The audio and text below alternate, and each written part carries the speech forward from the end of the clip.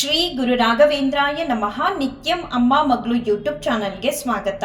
Video ನೋಡ್ತಿರೋ ಪ್ರತಿಯೊಬ್ಬರಿಗೂ ನನ್ನ ನಮಸ್ಕಾರಗಳನ್ನ ತಿಳಿಸ್ತಾ, ಇವತ್ತಿನ ಈ ವಿಡಿಯೋದಲ್ಲಿ ಕಷ್ಟಗಳೇ ನನ್ನ ಬಳಿಗೆ ಬರಬಾರ್ದು, ಇಷ್ಟಪಟ್ಟದನ್ನು ಯಾವುದನ್ನು ಕೂಡ ಇಲ್ಲ ಅಂದಾಗೆ, ನೋವು ಆದಾಗ ಯಾರಿಂದಲಾದರೂ ನಾನಿದ್ದೀನಿ ನಿನ್ನ ಜೊತೆ ಅಂತ ಸಮಾಧಾನ ಮಾಡಿ, ದುಃಖ ಅಂತ ಅವ್ರ ಮುಂದೆ ಕೂತಾಗ ಅವ್ರ ಮೊದಲು ಕೊಟ್ಟು ಮಗು ಥರ ಸಮಾಧಾನ ಮಾಡಿ, ನಿಮಿಷ ನಿಮಿಷಕ್ಕೂ ನನ್ನ ಜೊತೆ ತಂದೆ ತಾಯಿಗಿಂತ ಹೆಚ್ಚಾಗಿ ಬಂಧು ಬಳಗಕ್ಕಿಂತ ಮಿಗಿಲಾಗಿ ಎಲ್ಲ ಸಮಯದಲ್ಲೂ ನನ್ನ ಜೊತೆ ಇದ್ದು ಸಣ್ಣ ಪುಟ್ಟ ತೊಂದರೆಗಳು ಕೂಡ ನನಗೆ ಆಗಬಾರ್ದು, ಆ ರೀತಿ ಪ್ರೀತಿ ಕೊಟ್ಟು, ನಾನು ತಪ್ಪು ಮಾಡಿದಾಗ ಶಿಕ್ಷೆನೂ ಕೊಟ್ಟು ನನ್ನನ್ನು ಸಲಹುತ್ತಿರೋ ರಾಯರಿಗೆ ನಾನು ಯಾವ ರೀತಿ ಇವತ್ತು ಸೇವೆನ ಸಲ್ಲಿಸಿದೆ, ಹಾಗೆ ಅವರಿಂದ ಆದ ನನ್ನ ಅನುಭವಗಳನ್ನ ಈ ವಿಡಿಯೋ ಮೂಲಕ ತಿಳಿಸ್ತಾ ಇದ್ದೀನಿ. ಮೊದಲನೇದಾಗಿ ಪೂಜೆ ಮನೇಲಿ ತುಂಬ ಅಂದರೆ ತುಂಬ ಚೆನ್ನಾಗಾಯಿತು. ಅಭಿಷೇಕ ಕೂಡ ಅಷ್ಟೇ ತುಂಬಾ ಚೆನ್ನಾಗಾಯಿತು. ರಾಯರಿಂದ ಆಶೀರ್ವಾದ ಅಂತೂ ಯಥೇಚ್ಛವಾಗಿ ಪ್ರತಿ ವಾರ ಕೂಡ, ಹಾಗೆ ಈ ವಾರ ಕೂಡ ನನಗೆ ಆಶೀರ್ವಾದನ ಮಾಡಿದ್ರು. ಹಾಗೆ ತಾಯಿ ಚಾಮುಂಡೇಶ್ವರಿ ಅಮ್ಮನವರಿಂದ ಕೂಡ ನನಗೆ ಆಶೀರ್ವಾದ ಸಿಕ್ತು. ರಾಯರ ಆಶೀರ್ವಾದ ನಿಮ್ಮೆಲ್ಲರ ಮೇಲೂ ಇರಲಿ ಅಂತ ನಾನು ರಾಯರ ಹತ್ರ ಪ್ರಾರ್ಥನೆ ಮಾಡ್ಕೊಳ್ತೀನಿ. ಇನ್ನು ನನಗಾದ ಒಂದು ಅನುಭವನ ತಿಳಿಸ್ಬೇಕು ಅಂತ ಅಂದರೆ, ಪ್ರತಿ ಬುಧವಾರ ನಾನು ಒಬ್ರಿಗೆ ಫೋನ್ ಮಾಡಿ ತುಳಸಿ ಕಟ್ಟಿಟ್ಟಿರಿ, ಸಂಜೆ ಬಂದು ತಗೊಳ್ತೀನಿ ಅಂತ ಹೇಳ್ತೀನಿ. ಅದೇ ರೀತಿ ನಿನ್ನೆ ಬುಧವಾರ ಫೋನ್ ಮಾಡಿದಾಗ ಅವ್ರು ಹೇಳ್ತಾರೆ, ಎಲ್ಲೂ ಕೂಡ ನಿಮಗೆ ಈ ವಾರ ತುಳಸಿ ಸಿಗಲ್ಲ, ಮುಂದಿನ ವಾರ ನಾನು ಕಟ್ಕೊಡ್ತೀನಿ, ಇದೊಂದು ವಾರ ಅಡ್ಜಸ್ಟ್ ಮಾಡ್ಕೊಳ್ಳಿ ಅಂತ ಹೇಳ್ತಾರೆ.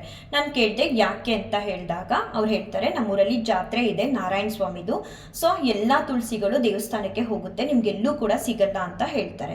ನಾನು ಆ ಕ್ಷಣ ಅಂದ್ಕೊಳ್ತೀನಿ, ಏನು ಮಾಡೋದು, ತುಳಸಿ ಇಲ್ಲ ಅಂದರೆ ರಾಯಪ್ಪ ಪ್ಲೀಸ್ ಹೇಗಾದರೂ ಮಾಡಿ ನನಗೆ ತುಳಸಿ ಕೊಡಿ ಅಂತ ಕೇಳಿಕೊಂಡು ರಾಯರ ಹತ್ರ, ನಮ್ಮ ಮನೆಯವ್ರು ಸ್ಕೂಲ್ಗೆ ಹೋಗ್ತಿರ್ತಾರೆ, ಅವ್ರಿಗೆ ಹೇಳ್ತೀನಿ ಎಲ್ಲಾದರೂ ಅಕಸ್ಮಾತ್ ತುಳಸಿ ಮಾರ್ತಿದ್ರೆ ನೀವು ಪಟ್ ಅಂತ ತೊಗೊಬಿಡಿ, ಒಂದು 30 ರೂಪಾಯಿಗೆ ಬಿಡಿ ತುಳಸಿ ಸಿಕ್ಕಿದ್ರೂ ಪರವಾಗಿಲ್ಲ, ಹಾರ ಇಲ್ಲ ಅಂದರೆ ಅಂತ ಹೇಳಿ ಕಳಿಸ್ತೀನಿ.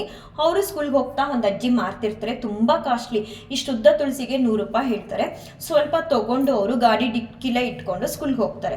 ಸಂಜೆ ಬರ್ತಾ ಸಪ್ಪಗೆ ಬರ್ತಾರೆ. ನಾನು ಕೇಳ್ತೀನಿ ಯಾಕೆ ಅಂತ ಅಂದಾಗ ಅವ್ರು ಹೇಳಿದ್ರು, ತುಳಸಿ ತೊಗೊಂಡೆ, ಒಂದು ಅಜ್ಜಿ ಮಾರ್ತಿದ್ರು, ತುಂಬ ಡಿಮ್ಯಾಂಡು, ಎಲ್ಲೂ ಕೂಡ ಇಲ್ಲ, ಬರುವಾಗಲೂ ಕೂಡ ನೋಡ್ಕೊಂಡು ಬಂದೆ, ಒಂದು ಕಡೆನೂ ತುಳಸಿ ಇಲ್ಲ, ನಾನು ತೊಗೊಂಡಿದ್ದ ತುಳಸಿನ ಡಿಕ್ಕಿ ಒಳಗಡೆ ಇಟ್ಟಿದ್ದೆ, ಈ ಬಿಸಿಲಿಗೆ ಮತ್ತೆ ಡಿಕ್ಕಿ ಒಳಗಡೆ ಇಟ್ಟಿರೋದ್ರಿಂದ ಎಲ್ಲ ಬಾಡೋಯ್ತು ಅಂತ ಹೇಳಿ ಬಾಡೋಗಿರೋ ತುಳಸಿನ ಫ್ರಿಡ್ಜ್ಗೆ ಇಡ್ತಾರೆ. ನನಗೆ ಸ್ವಲ್ಪ ಕೋಪ ಬಂತು, ಆದರೂ ನನಗೆ ಒಂದು ಕಡೆ ನಂಬಿಕೆ, ರಾಯರು ಹೇಗಾದರೂ ಮಾಡಿ ನನಗೆ ತುಳಸಿ ಕೊಡಿಸ್ತಾರೆ ಅಂತ ಅಂದ್ಕೊಂಡು ಮನಸ್ಸಲ್ಲೇ ನಾನು ಹೊರಗಡೆ ಹೂ ತಗೊಳ್ಳೋದಕ್ಕೆ ಅಂತ ಹೋಗುವಾಗ ರಾಯರಿಗೆ ಹೇಳ್ತೀನಿ, ನೋಡಪ್ಪ ಪ್ರತಿ ವಾರ ನಮ್ಮ ಮನೇಲಿ ಪೂಜೆ ನಡೀತಿದೆ, ಇದು ನನ್ನಿಚ್ಛೆ ಅಂತ ನಡೀತಿಲ್ಲ, ನಿನ್ನಿಚ್ಛೆ ಅಂತ ನಡೀತಿರೋದು, ನಿನ್ನಿಚ್ಛೆ ಅಂತ ನಡೀತಿದೆ ಅನ್ನೋದೇ ಆದರೆ ನನಗೆ ಎಲ್ಲಾದರೂ ಸರಿ ಒಂದು 10 ರೂಪಾಯಿಗೆ ತುಳಸಿ ಕೊಡಿಸು, ಬಿಡಿ ತುಳಸಿ ಕೊಡಿಸು, ನನಗಂತೂ ನಿಮ್ಮ ತುಳಸಿ ಇಟ್ಟೆ ಪೂಜೆ ಮಾಡಬೇಕು, ಮಿಸ್ ಆದರೆ ಮನಸ್ಸಿಗೆ ಬೇಜಾರಾಗುತ್ತೆ, ಸ್ವಲ್ಪ ಕೊಡಿಸು ನನಗೆ, ಎಲ್ಲಾದರೂ ಸರಿ ಹೇಗಾದರೂ ಸರಿ ಅಂತ ಕೇಳ್ಕೊಂಡು ಹೋಗ್ತೀನಿ. ಒಂದು ಫಸ್ಟ್ ಅಂಗಡಿಗೆ ಹೋಗ್ತೀವಿ, ಅಲ್ಲಿ ತುಳಸಿ ಇಲ್ಲ ಅಂತ ಹೇಳ್ತಾರೆ. ನನಗೆ ಗೊತ್ತಿತ್ತು, ನಮ್ಮ ಮನೆಯವರು ಬರ್ತಾ ನೋಡ್ಕೊಂಡು ಬಂದರು, ಬಾಡೋಗಿರೋದು ತೊಗೊಂಡು ಹೋದ್ರೆ ಬೈತಾಳೆ ಮನೇಲಿ ಅಂತ ಹೇಳಿ, ಎಲ್ಲೂ ಇಲ್ಲ ಅಂತ ಹೇಳಿದರು. ಆದರೂ ನಾನು ಒಂದೆರಡು ಕಡೆ ಕರ್ಕೊಂಡು ಹೋಗಿದ್ದೆ. ಮೊದಲನೇ ಅಂಗಡಿಲಿ ಇಲ್ಲ ಅಂದರು, ಇನ್ನೊಂದು ಕಡೆ ಅಂಗಡಿಲಿ ತುಂಬ ಚೆನ್ನಾಗಿತ್ತು ಹೂವು ಅಂತ ಎಲ್ಲ ಅಲ್ಲೇ ಪರ್ಚೇಸ್ ಮಾಡಿದೆ. ಅಲ್ಲಿ ತುಳಸಿ ಇಟ್ಟಿರಲಿಲ್ಲ, ಆದರೂ ಯಾಕೋ ಮನಸ್ಸು ಅವ್ರನ್ನ ತುಳಸಿ ಇದೆಯಾ ಅಂತ ಕೇಳಬೇಕು ಅನ್ಸುತ್ತೆ, ಕೇಳಿದೆ. ಆಗ ಅವರಂದ್ರು ಇರಿ ಇದೇ ತೊಗೊಂಬರ್ತೀನಿ ಅಂದರು. ನಾನಾಗ ಖುಷಿಯಾಗಿ ಒಂದು 10 ರೂಪಾಯಿ ತಂದು ಕೊಟ್ಟರೆ ಸಾಕು, ಒಂದಿಷ್ಟು ಬಿಡಿ ತುಳಸಿ ಕೊಟ್ಟರೆ ಸಾಕು ಅಂತ ಹೇಳಿದೆ. ಅವ್ರು ಹೋಗಿ ಗೋಡನ್ನಿಂದ ತುಳಸಿ ತೊಗೊಂಬರ್ತಾರೆ, ಇಷ್ಟುದ್ದ ತಂದು ಕೊಡ್ತಾರೆ, ಸ್ವಲ್ಪ ಗ್ಯಾಪ್ ಕೊಟ್ಟು ಕಟ್ಟಿರ್ತಾರೆ. ಬಟ್ ತುಳಸಿ ಪ್ರತಿ ವಾರ ಹೇಗೆ ಸಿಗ್ತಿತ್ತೋ ಹಾಗೆ ಸಿಗುತ್ತೆ, ಮತ್ತೆ ಅದೇ ರೇಟ್ ಕೂಡ ಸಿಗುತ್ತೆ. ತುಂಬ ಖುಷಿ ಆಗುತ್ತೆ. ಓ ರಾಯರ ಇಚ್ಛೆ ಅಂತೆ ನಮ್ಮ ಮನೇಲಿ ಪೂಜೆ ನಡೀತಿರೋದು ಸತ್ಯ ಅಂತ ಅನ್ಸುತ್ತೆ. ಎಷ್ಟೋ ಸಲ ಅನಿಸಿತ್ತು, ಆದರೂ ಕೂಡ ರಾಯರಿಗೆ ಹೇಳಿದ್ದೆ, ನಿಮ್ಮಿಚ್ಛೆ ಅಂತೆ ನಡೆಯೋದಾದರೆ ನನಗೆ ತುಳಸಿ ಕೊಡಿಸಿ ಅಂತ. ತುಂಬ ಖುಷಿ ಆಗುತ್ತೆ, ಯಾಕಂದರೆ ಎಲ್ಲಿ ಹೋಗಿ ಕೇಳಿದ್ರು ನೆನ್ನೆ ತುಳಸಿ ಸಿಗ್ತಿರ್ಲಿಲ್ಲ, ಇನ್ನೊಂದು ಕಡೆ ಸಿಕ್ತು, ಇಷ್ಟುದ್ದ ತುಳಸಿಗೆ 200-300 ರೂಪಾಯಿ ಹೇಳಿದ್ರು. ಆಲ್ರೆಡಿ ತೊಗೊಂಡಿದ್ನಲ್ಲ ಬೇಡ ಅಂತ ಹೇಳಿಬಿಟ್ಟು ಬಂದೆ. ತುಂಬ ಕಮ್ಮಿ, ಎಲ್ಲಂದರೆ ಎಲ್ಲಿ ನೆನ್ನೆ ತುಳಸಿ ಇರಲಿಲ್ಲ, ಆದರೂ ನನಗೇನು ಬೇಕು ಪೂಜೆಗೆ ಅಷ್ಟು ತುಳಸಿನ ರಾಯರು ಕೊಡಿಸಿದ್ರು, ಬಿಡಿ ತುಳಸಿ ನೆನ್ನೆ ಸಿಗಲಿಲ್ಲ. ಇನ್ನು ಆಶೀರ್ವಾದ ಅಂತೂ ಅಲಂಕಾರ ಮಾಡೋ ಸಮಯದಲ್ಲಿ ಯಥೇಚ್ಛವಾಗಿ ಕೊಟ್ಟರು ರಾಯರು. ತುಂಬ ಅಂದರೆ ತುಂಬ ಖುಷಿ ಆಯಿತು. ರಾಯರ ಆಶೀರ್ವಾದ ಒಂದು ಶಕ್ತಿ ಇದ್ದಂಗೆ, ರಾಯರ ಪ್ರತಿಯೊಂದು ಆಶೀರ್ವಾದನೂ ನನಗೆ ದಾರಿ ದೀಪ ಇದ್ದಾಗೆ. ತುಂಬ ಸಂತೋಷ ಆಯಿತು, ಕೈಯಲ್ಲಿ ಹಿಡ್ಕೊಳಕ್ಕಾಗಲ್ಲ ಅವ್ರ ಆಶೀರ್ವಾದಗಳನ್ನ, ಅಷ್ಟು ಬಾರಿ ಮಾಡಿದ್ರು. ಸಾಕಪ್ಪ ನಿಮ್ಮ ಆಶೀರ್ವಾದ ಅಂತ ಅನ್ನಿಸ್ಬಿಡ್ತು ಇವತ್ತು, ಅಷ್ಟು ಕೊಟ್ಟರು ರಾಯರು ಆಶೀರ್ವಾದನ. ನಾನೇನೊಂದು ರಾಯರ ಹತ್ರ ಬೇಡ್ಕೊಳ್ಳಲ್ಲ, ಮನಸ್ಸಲ್ಲಿರೋದು ಅವ್ರಿಗೆ ಅರ್ಥ ಆಗುತ್ತೆ, ಅದನ್ನೆಲ್ಲ ಕೊಡ್ತಾ ಬಂದಿದ್ದಾರೆ. ಅಪ್ಪಿ ತಪ್ಪಿ ನಾನೇನಾದರೂ ನನ್ನ ಇಷ್ಟಾರ್ಥಗಳನ್ನ ಹೇಳ್ಕೊಟ್ರೆ ಖಂಡಿತ ಯಾವತ್ತೂ ಕೂಡ ಇಲ್ಲಿವರೆಗೂ ಇಲ್ಲ ಅಂತ ಹೇಳಿದೆ ಎಲ್ಲ ಇಷ್ಟಾರ್ಥಗಳನ್ನೂ ರಾಯರು ನನಗೆ ಈಡೇರಿಸಿದ್ದಾರೆ. ಇನ್ನು ಒಬ್ರು ಕಮೆಂಟ್ ಮೂಲಕ ಕೇಳಿದ್ರು, ಅಕ್ಕ ನಮಗೆ ವೃತ್ತಿಕ ಪ್ರಸಾದ ಬೇಕು, ಎಲ್ಲಿ ಸಿಗುತ್ತೆ ನಂಬರ್ ಕೊಡಿ ಅಂತ ಹೇಳಿಬಿಟ್ಟು. ಯಾರಿಗಾದ್ರೂ ವೃತ್ತಿಕ ಪ್ರಸಾದ ಬೇಕು ಅಂತ ಅಂದರೆ ನನ್ನ ಇಮೇಲ್ ಐಡಿಗೆ ನೀವು ಮೇಲ್ ಮಾಡಿ, ಅಲ್ಲಿ ನಾನು ವೃತ್ತಿಕ ಪ್ರಸಾದನ ಯಾರು ಹಂಚುತ್ತಾರೋ ಅವ್ರ ನಂಬರ್ನ ಶೇರ್ ಮಾಡ್ತೀನಿ. ಹಾಗೆ ಇನ್ನೊಬ್ರು ಕೂಡ ಕಮೆಂಟ್ ಮೂಲಕ ಕೇಳಿದ್ರು, ನನಗೆ ಗೌರ್ಮೆಂಟ್ ಜಾಬ್ ಆಗುತ್ತಾ ಅಂತ ರಾಯರ ಹತ್ರ ಹೂಪ್ರಸಾದನ ಕೇಳಿ ಅಂತ. ನಾನು ಯಾವತ್ತೂ ಕೂಡ ರಾಯರ ಹತ್ರ ಹೂಪ್ರಸಾದದ ಮೂಲಕ ಮಾಡ್ಕೊಡ್ತೀರಾ ಇಲ್ವಾ ಅಂತ ಕೇಳಕ್ ಹೋಗಲ್ಲ. ನನ್ನ ಇಷ್ಟಾರ್ಥಗಳನ್ನೂ ಅಷ್ಟೇ ಹೀಗೇ ಮಾಡ್ತೀನಿ ಅಂತ ನೀವು ನನಗೆ ಭರವಸೆ ಕೊಡಿ ಅಂತ ಕೂಡ ನಾನು ಕೇಳಲ್ಲ. ಯಾಕಂದರೆ ನಾವು ಯಾರು ದೇವ್ರನ್ನ ಪರೀಕ್ಷೆ ಮಾಡೋದಕ್ಕೆ ಮಾಡ್ಕೊಡ್ತೀರಾ ಇಲ್ವಾ ಅಂತ. ನಾವು ಶ್ರದ್ಧಾ ಭಕ್ತಿಯಿಂದ ನಮ್ಮ ಇಷ್ಟಾರ್ಥಗಳನ್ನ ಈಡೇರಿಸ್ಕೊಳ್ಳೋದಕ್ಕೆ, ನಮ್ಮ ಕಷ್ಟಗಳನ್ನ ಕಳ್ಕೊಳ್ಳೋದಕ್ಕೆ ರಾಯರ ಸೇವೆನ ಮಾಡಬೇಕು. ಅವ್ರಿಗೆ ಪ್ರೀತ್ಯರ್ಥರಾಗಿ ನಮ್ಮ ಸೇವೆ ಅವರೇ ಸ್ವತಃ ನಮಗೆ ಆಶೀರ್ವಾದ ಮಾಡ್ತಾರೆ. ಕೊಡಬೇಕು ಅನ್ನೋ ಇಚ್ಛೆ ಇದ್ದರೆ ಖಂಡಿತ ನಮಗೆ ಕೊಟ್ಟೇ ಕೊಡ್ತಾರೆ. ನಾನು ಒಂದೇ ಹೇಳೋದು, ನೀವು ಕೂಡ ರಾಯರನ್ನ ಆರಾಧಿಸಿ, ನೀವು ಕೂಡ ನಿಮ್ಮ ಕೈಲಾದ ಸೇವೆನ ಮಾಡಿ ನಿಮ್ಮ ಇಷ್ಟಾರ್ಥಗಳನ್ನ ಪಡ್ಕೊಳ್ಳಿ ಅಂತ ನಾನು ಹೇಳೋದಕ್ಕೆ ಇಷ್ಟಪಡ್ತೀನಿ.